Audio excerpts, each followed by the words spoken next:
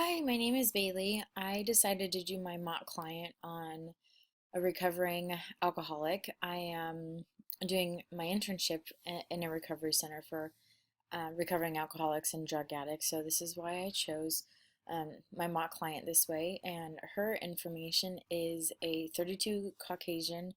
Um, she's single and female, obviously, and she's struggling from alcoholism. Um, it's a new alcoholism for her. And why this is because she went away to a master's program. She wanted to go to a program that was closer to her family. But the school that she ended up going to was more prestigious. And during her first semester of school, her boyfriend of 3 years, and they were planning on getting married, cheated on her. So she started to feel lonely and being away from her family and even being abandoned because the one that she loved cheated on her. And she was very quiet in general, so she didn't involve herself in any community, um, anything, events, or even clubs at school. So it even made her feel more alone, and her grades started to drop. And she wasn't going to class. She stayed drinking at night to just drink her feelings away. And eventually, she realized that she needed to turn herself into a recovery center. And she did this by herself, even though she knew that she was very depressed and didn't necessarily want to go to the recovery center, but knew that this would be best for her. Um, After the semester, her parents found out about her grades, and they were actually very surprised um, about that. And so when they understood, and they just figured that she's alone and lonely and she wants to come home, and so they didn't really question her about that. So when she did come home, she again uh, continued to drink because she was feeling the same way, even though she was in her um, a more comfortable environment. She didn't tell her parents about turning herself into the recovery center. Um, so after a couple weeks, her parents noticed her being very quiet and seemingly depressed and just not herself. And both of her parents are nurses, so they work in the evening. Her dad came home early one night and found a whole bunch of bottles in her room, and he called 911. And after the emergency visit, she admitted to her parents that she had that her grades had dropped because she was not going to class because of how she felt alone and abandoned, and that she turned herself into a recovery center. And so the three of them agreed that she needed to continue to go back into a recovery center again, and that the three of them would go see a therapist together. A problem partially with the parents is they are too involved, and she relies on them too much. So she doesn't make her own decisions. She doesn't see how her decisions make a positive or a negative effect, and I want her to see um, the consequences, or the positive consequences even, that come from her decisions. So I want her to start to make her own decisions. Um, she because she hid her drinking, it took a, a little bit longer for the parents to realize what was going on. So um, she's very secretive about that to herself, so she didn't want her parents to find out. So that was a problem for her, of her hiding her drinking. And because her boyfriend was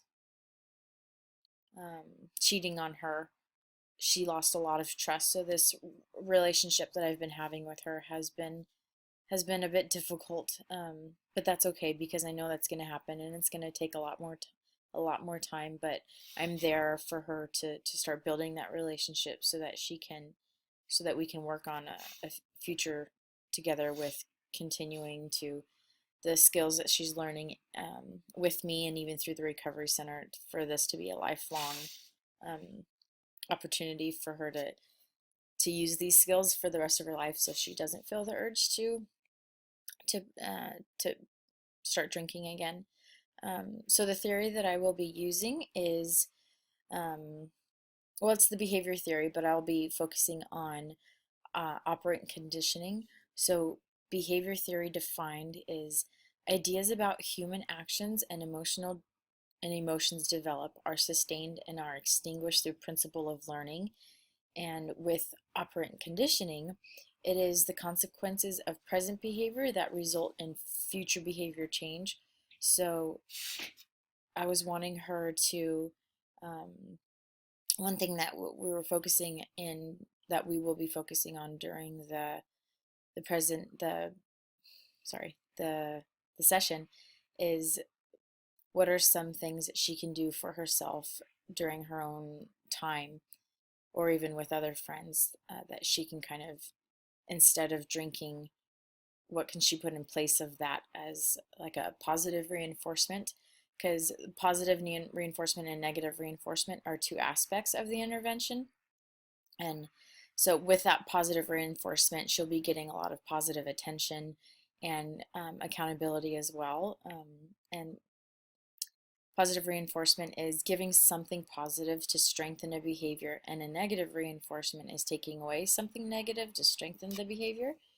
And also, punishment is another aspect of operant conditioning. So negative reinforcement and punishment may seem the same, but they're not. The difference is that punishment weakens or reduces the frequency of a behavior by adding something negative or removing something positive. So again, I hope that you enjoy the session. Thank you. Hi, Alicia. How's it going? I'm all right, Bailey. How are you? I'm doing well. So just wondering how you're feeling this week. Um, you know, hanging in there. Things are okay. All right. Well, I know this is your second time in the recovery center, and the first time you turned yourself into it, that was really great that you did that for yourself because you wanted to help yourself. Mm-hmm. And then now this being the second time, how do you feel that this is your second time being in the recovery center? Um, well, obviously, I'm a little disappointed that I'm back here and having to go through this a second time. I wish I would have been able to stick with things the first time, but proud of myself that I'm here at all and trying to fix the situation. So you're back in a familiar setting. You're with your family, and um, how do you feel that you'll be able to with your future behavior, with your being back in your familiar setting? How do you feel about that? Well, I definitely feel like this time around I have my family support, um, and people who love and care about me to support me through this whole process and, um, be there for me and know exactly what I'm going through. Um, and they're able to check in on me as well. So I'm not trying to, do this on my own. So I feel good about it in that way. Okay. Um, so compared from your first time and your second time, when you would pick up the bottle compared to your first time and second time, how do you feel different about that now? About like when you're so the first couple times when you were feeling abandoned and you were away from your family and your boyfriend cheated on you, when you were picking up the bottle then compared to like in your second time being in recovery, like when your dad found you passed out, were your feelings different from the first time compared to the second time? Um, Not too much. I guess this time around, it does feel more like an addiction. I guess the first time felt like more of a deeper depression. And this is more of a lingering depression, I would say. Okay, so I know you're wanting to change your behavior, and you see that kind of the lifestyle that you were living. It was just negative consequences. You weren't able to do well in school, and you were missing your family. And I know you're kind of quiet and shy yourself, which is I'm quiet and shy myself also, but it caused you not to go out and to the community or to make friends during school. So that way that you're able to change your future behavior, I want to focus on some things that you can do for yourself, or so instead of drinking when you would feel alone, what are some things that you can do with some family, friends, or even by yourself that you can occupy that time with? Well, I have a couple friends who are really into knitting, so I was thinking of maybe learning how to do that. Um, and that would just be something to kind of keep me busy and keep my mind off things. Um, but just maybe finding other activities with people or maybe by myself, just so I'm preoccupied. Okay, so what are some things that you could do by yourself? Because your parents are gone at night, so instead of feeling tempted again to drink, what could you fill your time with? Well, if I'm by myself, like I said, maybe trying knitting, but I'd like to make sure I have people around me that know what I'm going through. So maybe we can do things together instead of just me being at home by myself. I think that's a good idea, really, to kind of, especially once you're out of the second time of being recovery center, you'll need that accountability. So being around people that are supporting you and helping you keep you accountable, and it's kind of like it's a positive reinforcement for you because you're able to again have that supportive people, have that positive attention. Right. You're able to kind of change the habit that you were doing with something else, such as knitting. I would suggest possibly signing up for a class or having maybe a schedule of just the beginning. It doesn't need to be for a long time, of people to come over. Again, that way it helps you keep accountable and it doesn't, you don't slip back into the behaviors again. Is that something that's comfortable for you? Yeah, I think so. I think that's a good idea. Also, I can get involved in a couple study groups with my classes, and maybe that'll help me bring my grades up too. And then maybe sign up for a couple of electives through my master's program as well. Do you feel that you might want like a support group of people who understand you? Or would you just want to be around people that you are familiar with? I think I want people I'm familiar with. That makes sense. That's totally okay. I would like to for us to continue to see each other. We'll continue to see each other through the program, Right. but even afterwards, for us to check in with each other. And and your parents are being a part of this whole thing too. I know you're very close with them, but I want you to also make your own independent decisions and not rely on them so much. So, how do you feel about your parents, about you making decisions yourself and not relying on your parents? I'm feeling better about it. I certainly didn't feel like that at first. I needed to be in a place that I felt warm and comfortable and safe. And I didn't want to be making any decisions, but I feel like I'm slowly getting out of that, and I'm not quite there, but I'll be ready soon. So, with your parents stepping back a little bit and me kind of us working on you being able to be a little bit more independent, do you view that as a negative thing for yourself or a positive? No, it's definitely a positive thing, and it's a step in the healing process. I see it's just been a difficult road to get there, but it's something that I'm looking forward to, and being able to be independent and rely on myself again.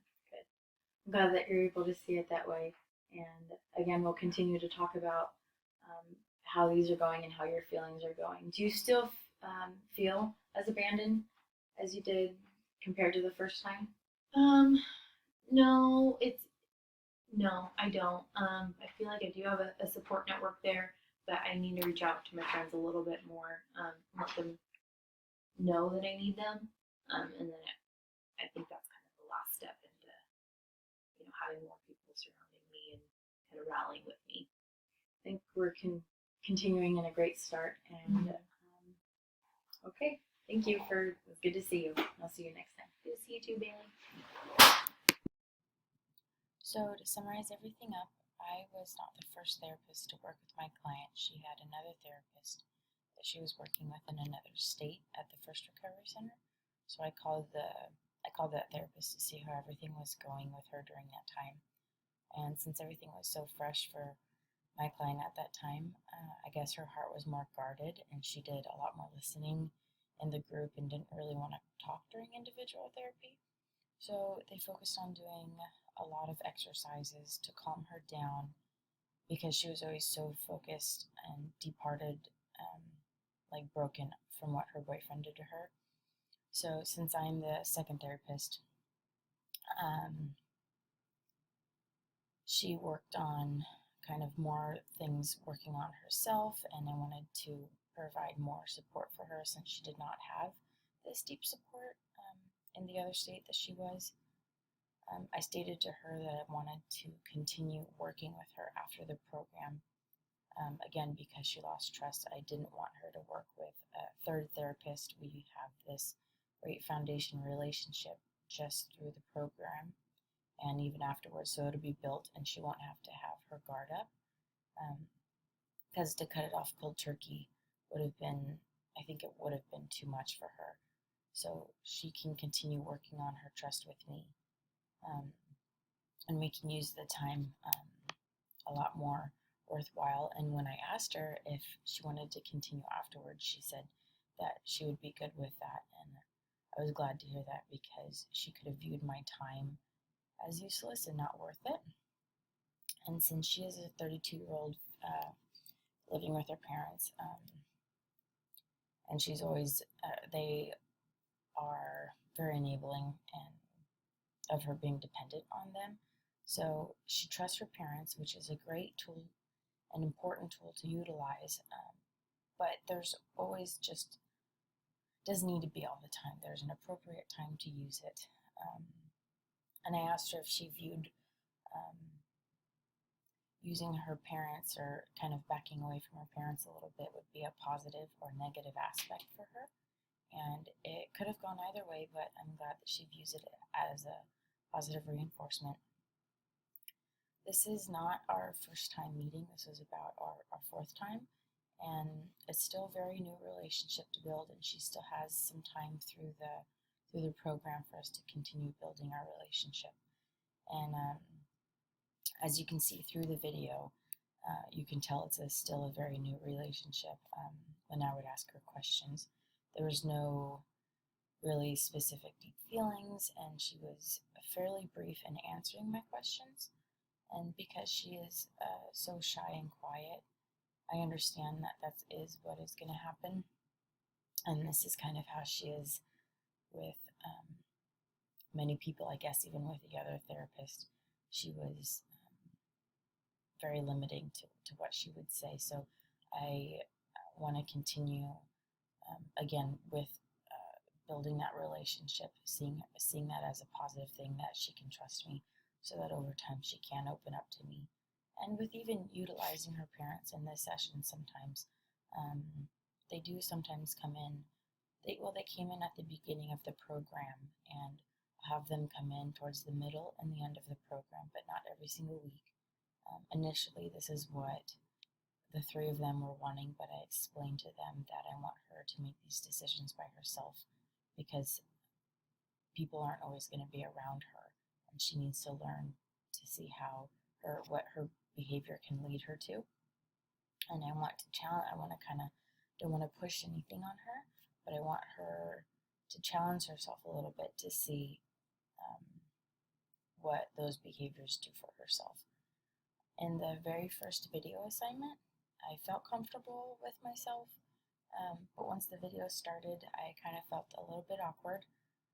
Same with this video, I felt a little bit awkward. I was looking down a lot at my papers to kind of help me with questions, but after I got used to just asking the questions, I was able to have a lot better eye contact with my client. And I could just imagine the client probably feeling the same way because they're the ones that have to open up, and they don't know me or they don't know any therapist in general, and maybe this is their first time, and this is something that I've been practicing or will be practicing, so I'll be getting a lot more used to it. So again, I can only just imagine what the clients feel like, because they may feel judged, and this is the last feeling that I would want my client to feel like. So me putting them in their spots, I really have a better understanding of kind of what they're going through.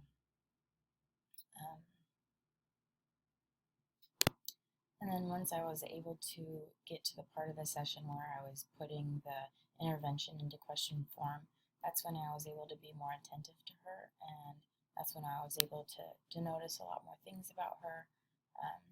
She was having like the pillow in front of her, and she was twitching around with a lot of things, or with like a rubber band in her hand. So she might have felt a little bit tense and kind of on guard, and I noticed that I was a bit serious in asking the questions, and I know that if someone was to not necessarily crack a joke but make a fun comment, that it would kind of lighten my mood. Again, this is always depending upon the situation, because they could think that I'm not serious, so I wouldn't always want to lighten the mood with a joke, but saying something to cheer them up, I know could kind of help them open up a little bit more. And I feel confident and comfortable with myself, and I know it just will take time, as I saw in both of the videos. So I know that after working through this internship and just becoming more familiar with continuing reading and even reviewing the interventions and theories that I've chosen, that I will learn which ones I like a lot better. I know that I'm going to have to learn a lot more, because every theory and intervention, because there's so many interventions and people are so different. People respond better to different interventions, and so through working through all these different cases, I'll see how I respond better and what I'm able to teach better, and see what flows better for me. And over time, I'll be able to better understand and kind of help the interventions guide me. And I might have a theory and a couple interventions that I might go to first. But as I continue to see what works better for people, I'll be able to see which ones work better for that population, and then in any different population, again, I'll probably have to start all over, because people respond different.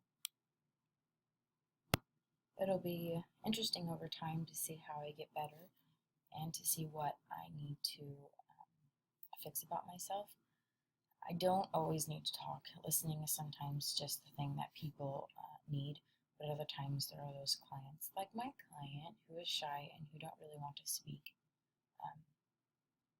But I know that in time they will again want to speak, and so too much talking and not enough talking, I know is not effective. So this is why getting to know the client is very important, to see what their style is like. I do want them to realize their progress, so kind of comparing themselves from the beginning of either when they first started drinking, or comparing when they first started the program to after their lifestyle change. I want them to see it as like a positive reinforcement, because they have made so much progress, even though they might not view it that way. They may view it as a negative reinforcement, because they're in a recovery center, or they're being forced to be in a recovery center, or forced to stop drinking or taking drugs. But I want them to see what their life was going to be like in the future, because they could have died, they could have lost their family, they could have lost their kids, they could have become homeless, and so many more, and even showing them statistics of what has happened to other people. So over time, they might be viewing it as a negative consequence for a long time. But as we continue to go through the program, I'd hope that they would see being in the program or having a therapist as a positive reinforcement. And I know all of this takes time. So again, thank you for listening, and thanks for watching my video.